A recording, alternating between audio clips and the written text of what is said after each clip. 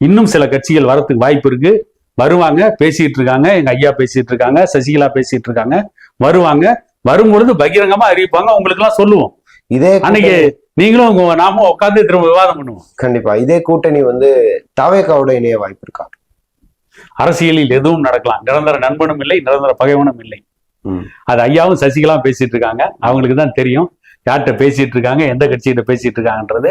அது நல்ல முடிவு வந்தவொடனே அவங்க அறிவிப்பாங்க. நேரடியா அரசியல் களத்துல எல்லாரும் பகை. நீங்க சொன்ன மாதிரி யாருக்கு யாரும் பகைவனும் இல்லை, எதிரியும் இல்லை, நண்பனும் இல்லை.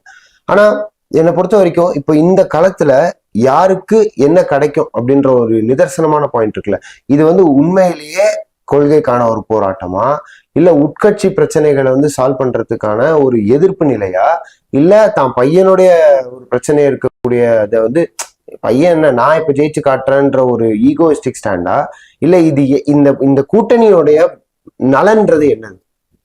உட்கட்சிக்கான பிரச்சனைங்கிறது நீதிமன்றத்தில் இருக்கு. சென்னை உயர் நீதிமன்றத்தில் இருக்குது, சென்னை சிவில் கோர்ட்ல இருக்கு. இன்னைக்கு நாம பேசிட்டு இருக்க இந்த நேரத்துல அநேகமா சுப்ரீம் கோர்ட்ல வழக்கு இப்ப விசாரணையில் இருக்குன்னு நினைக்கிறேன். உட்கட்சிக்கான பிரச்சனை என்பது நீதிமன்றத்தில் இருக்குது. இது மக்களுடைய பிரச்சனைகளுக்காக, கட்சி நலனுக்காக வைக்கப்பட்டிருக்கிற கூட்டணி. உட்கட்சிக்கும் இந்த கூட்டணிக்கும் எந்த சம்பந்தமும் இல்லை. உட்கட்சி பிரச்சனைக்கு தீர்வு காணக்கூடிய இடம் நீதிமன்றம் தான், கட்சியினுடைய பொதுக்குழு. இதுல கூட்டணி வச்சுட்டு எப்படி உட்கட்சி பிரச்சனை கூட தீர்வு காணுவீங்க? ஐயாவிற்கும் அன்புமணிக்கும் இருப்பது உட்கட்சி பிரச்சனை. சசிகலாவும் மருத்துவர் ஐயாவும் வச்சிருக்கிற கூட்டணி பொதுமக்கள் நலன் சார்ந்த பிரச்சனை. இது 2 பேருடைய கட்சியின் நலன் சார்ந்த பிரச்சனை. இதுல உட்கட்சி பிரச்சனைக்கு எதுக்கு சம்பந்தமே இல்லை. ரைட். இப்போ சசிகலா அவர்களுடைய நிலைப்பாடு எப்படி பாக்குறீங்க? ஏன்னா இப்போ அவங்களும் ஒரு மூத்த அரசியல்வாதி அப்படின்னே சொல்லலாமா? ஏன்னா நிறைய அரசியல் அனுபவம் கொண்டவங்க. இப்போ அவங்களுக்கும் ஒரு நாலேஜ் இருக்கும் என்ன நடக்க போகுது அப்படின்னு. ஸோ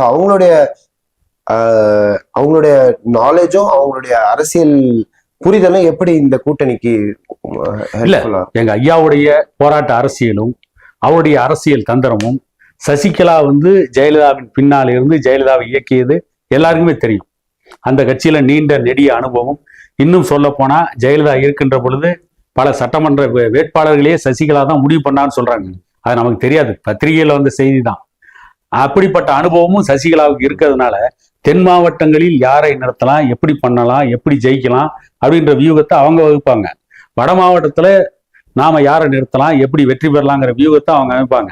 இவங்க 2 பேருடைய வியூகமும் சேரும் போது அது ஒரு பிளஸ்.